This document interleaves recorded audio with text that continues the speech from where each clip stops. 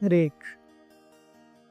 हमने देखा किस प्रकार से पांडव गंधमादन पर पहुंचे और गंधमादन पर ऋषिमुनियों के साथ में बैठ करके अर्जुन के आने की प्रतीक्षा करने लगे। और इसी बीच में उन्होंने कई सारी कथाएं सुनी, कई सारे स्पिरिचुअल डिस्कोर्सेस भी सुने। इनमें से एक बहुत ही प्रमुख कथा है, वो है नल और दमयंती की। जब युधिष्ठिर महाराज ने वहां पर भी साधुओं से पूछा, क्या मुझसे ज्यादा और घृणास्पद और मुझसे ज्यादा दयनीय और किसी व्यक्ति की अवस्था हुई है? तो उस समय ऋषियों ने कहा था कि हे राजन, आपसे भी ज्यादा दुष्कर परिस्थिति हुई थी एक जोड़े की, एक कपल थी, और वो थे नल दमयंती। कृपया बहुत ध्यान से सुनिए जब हम उनकी कथा आपको बताते हैं। उन्होंने बोलना शुरू किया। बहुत पहले एक बहुत ही महान निषाद राजा होकर के गए वीरसेन। उनके बेटे का नाम था नल। नल भी दिखने में अत्यंत सुंदर, अत्यंत गुणवान, शीलवान, अपने ऊपर धैर्य रखते हुए ऐसे वो राज्य कर रहे थे अपने प्रजा के ऊपर, जैसे प्रजा का उन्होंने पूरा दिल जीत लिया हो। अपने लिए कुछ नहीं, सब कुछ प्रजा के लिए उन्होंने समर्पित कर दिया था। ऐसे लग रहा था जैसे इंद्र के समान ऐश्वर्यशाली, जैसे इंद्र से उनके सब्जेक्ट्स, उनकी प्रजा अत्यंत खुश होती है, वैसे ही नल की प्रजा उनसे बहुत खुश थी। यहाँ पर विदर्भ में एक राजा होकर के गए उसी समय, जिनका नाम था राजा भीम। राजा भीम भी अत्यंत पराक्रमी, महाप्रतापी, शूरवीर, ऐसे व्यक्ति जिन्होंने अपने जीवन में कभी भी किसी भी युद्ध में एक भी शिकस्त या एक भी हार न खाई हो। वो भी अपने सामर्थ्य, अपने गुण, अपने शील, अपने प्रजातंत्र के लिए बहुत विख्यात थे।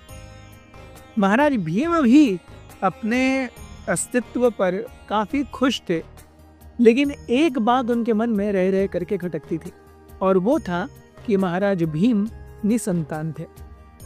एक बार ऐसे ही भ्रमण करते करते एक बहुत महान ऋषि जिनका नाम था दमन, वो विदर्भ पहुंचे और विदर्भ राज भीम के यहाँ पे उन्होंने आश्रय लिया। विदर्भ नरेश भीम ने और उनकी पत्नी ने ऋषि दमन का बहुत अच्छे से आदर आतिथ्य किया, सत्कार किया, उन्हें अपने महल में ठहराया, बहुत दिन तक उनकी अच्छे से सेवा शुश्रूषा की। जब दमन ने पूछा कि हे राजन, मैं आपके आदर आतिथ्य से, सेवा सत्कार से अत्यंत प्रसन्न हूँ, आप कोई वर मांगना चाहते हो? तो उस समय महाराज भीम ने कहा कि मैं निसंतान हूँ, कृपया मेरी इस दुविधा को दूर कर दीजिए। ऋषि दमन ने कहा कि निसंदेह आपने मेरी इतनी अच्छी सेवा की है, मैं अपने योग बल से, अपने योग सामर्थ्य से आपको आशीर्वाद देता हूँ कि बहुत ही जल्दी आपकी एक बहुत ही सुंदर और मेधावान पुत्री और 3 पुत्र आपको प्राप्त होंगे, ऐसे 4 अपत्य आपको प्राप्त होंगे। ये आशीर्वाद देकर के ऋषि दमन चले गए। कालांतर में ही महाराज भीम को उनकी पत्नी से सबसे बड़ी बेटी दमयंती, उसके बाद में 3 पुत्र जिनका नाम था दम, दंत, और जिस ऋषि के आशीर्वाद से उन्हें ये पुत्र मिले थे, अपने सबसे आखिरी पुत्र का नाम उन्होंने वही रखा, दमन। दमयंती, दमन, दंत और दम, इस प्रकार से। दमयंती इतनी सुंदर थी कि उसकी सुंदरता की चर्चा स्वर्ग लोकों में होती थी। इंद्र, चंद्र, वरुण, वायु भी उनके अस्तित्व के बारे में बात किया करते। उपदेवता, गण, गंधर्व, यक्ष, किन्नर, चारण, मागध इत्यादि भी उसकी सुंदरता को देखने के लिए लालायित होते। चारों दिशाओं के लोग दमयंती की सुंदरता से अत्यंत आकर्षित थे, और यहाँ पर वो राजमहल में राजसी ठाट बाट में कई सारी सैकड़ों सेविकाओं से हमेशा सेवित और अत्यंत सुंदर आभूषणों से और मेकअप से सुसज्जित रहती। She was getting the best of everything. यहाँ पर नल की ख्याति भी बढ़ने लगी। हम देखते हैं पहले कई सारे ऐसे, हर राजा अपने यहाँ पर कुछ ऐसे लोगों को रखते जो रोज उनकी स्तुति करके उनको प्रसन्न करते और उनको इनाम के रूप में कुछ ना कुछ मिलता। ऐसे लोगों को सूत या वंदी कहते थे। तो इन सूत और बंदियों में दो पार्टियां होती थी, एक जो एक ही राजा के पास रहते और उनके गीत गा करके उन्हें खुश करते। एक सूत और बंदी ऐसे लोग थे जो गांव गांव में राज्य राज्य में जा करके वहां पर अपनी कला का प्रदर्शन करते और वहां के राजा से कुछ भेंट वस्तु लेते, फिर आगे चलते। इस प्रकार से नल और दमयंती ये दोनों इतने ज्यादा, मतलब he was like the perfect male and she was like the perfect female.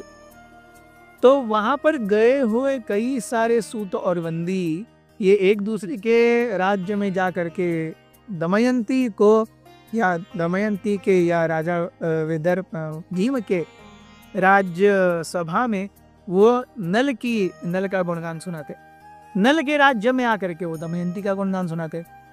ऐसे करते करते करते करते करते नल ऐसी अवस्था में हो गए कि उनका हृदय पूरी तरह से दमयंती ने छीन लिया। दोनों ने एक दूसरे को देखा ही नहीं है, लेकिन दोनों एक दूसरे के प्रेम में पूरे लट्टू हो गए। अपना हृदय वो एक दूसरे को दे चुके थे। Now they were searching, practically null more वो सर्चिंग कि कब और कैसे मैं दमयंती से मिलूं। ऐसा हुआ कि नल दमयंती के ख्यालों में अपने राजसी कर्तव्यों को छोड़ करके कई बार राज्य के उपवनों में ऐसी खेदपूर्ण अवस्था में घूमते हुए दिखते। एक दिन ऐसी जब वो उपवन में घूम रहे थे, कुछ स्वर्गीय राजहंस वहां पर आई। दिखने में वो एकदम सफेद थे, लेकिन उनके जो पंख थे वो सुनहरे रंग के थे। सो उनका पूरा एक जमावड़ा, एक पूरा घोड़का वहां पर आया हुआ था। जैसे ही नल को देखा वो भागने लगे। नल ने दबक करके एक हंस को पकड़ लिया और जैसे ही पकड़ा, चिल्लाते चिल्लाते वो हंस जो है वो एक व्यक्ति की, एक पुरुष की आवाज में उसने कहा कि हे राजन, आप मुझे मत मारिए, आप मुझे कैद भी मत कीजिए।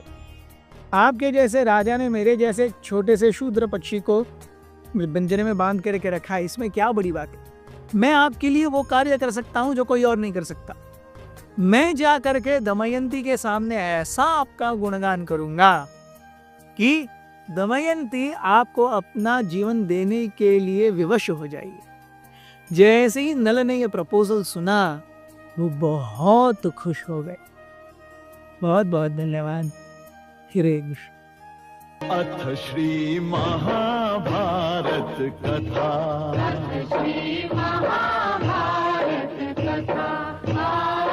महाभारत कथा